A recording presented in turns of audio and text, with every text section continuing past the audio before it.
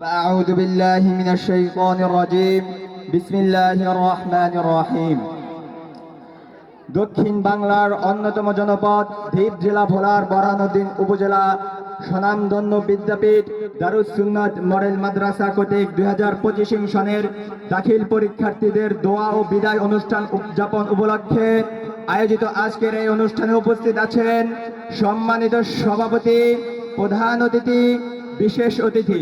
আরো উপস্থিত আছেন অত্র প্রতিষ্ঠানের সম্মানিত অধ্যক্ষ মহোদয়। আরো উপস্থিত আছেন অত্র প্রতিষ্ঠানের সম্মানিত শিক্ষা সচিব মহোদয়। মঞ্চে উপবিষ্ট আলোচক বৃন্দ, সম্মানিত সুধী মণ্ডলী, আমার প্রাণপ্রিয় ছাত্র ভাই ও বোনেরা, আসসালামু আলাইকুম ওয়া রাহমাতুল্লাহি ওয়া বারাকাতুহু। তোমরাই ছিলে, তোমরাই আছো, তোমরাই থাকবে। তবুও একটি কথা না বললেই নয়, বিদায় শব্দটার মধ্যে মুহূর্তেই সামনে ফুটে ওঠে হৃদয়ের ব্যাকুলতা, মনের আকুতি। আনমনা হয় সহজেই, বুকের ভেতরটা কেমন জানি ধস করে ওঠে, যেমন করে প্রিয়জন বিয়োগের বেলায় ঘটে।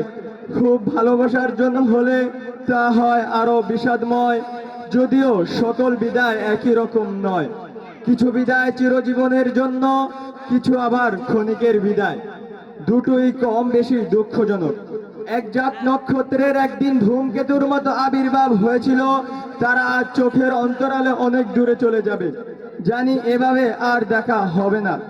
নক্ষত্র পতন হয় আমরা জানি, যে তারার আলো আজ আমরা দেখেছি সেটা অনেক আগেরই আলো। আর এই রকম সকল নক্ষত্রকে আমরা আজ দূরে সরে যেতে দেখব। এটাই প্রকৃতির নিয়ম।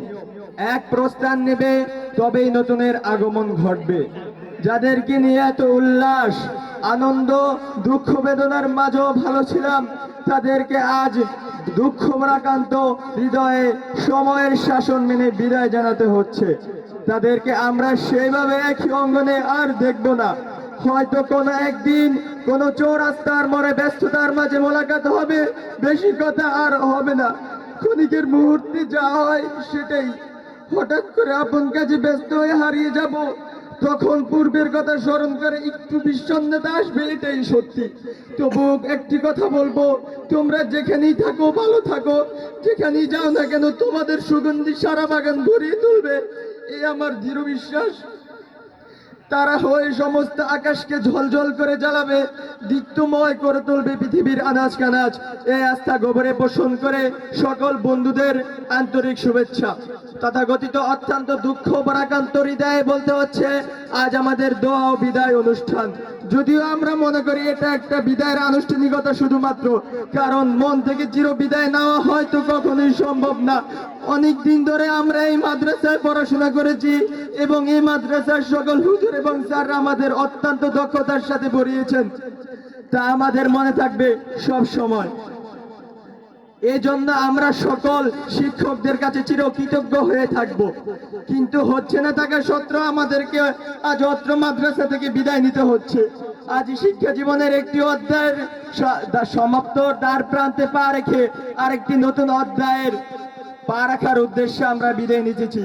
আপনারা আমাদের জন্য দোয়া করবেন, যেন ভবিষ্যতে শিক্ষা জীবনে আরো উন্নতি করে দেশ এবং জাতি গঠনে অনন্য ভূমিকা রাখতে পারি। আমরা এখানে দীর্ঘ শিক্ষা জীবনে অনেক শাসন বারণের মধ্য দিয়ে পার করে এসেছি। এই শাসন সাময়িক বিরক্তিকর মনে হলেও এখন এই শেষ মুহূর্তে বুঝতে পারছি এটা আমাদের জন্য খুব একটি দরকার বিষয় ছিল।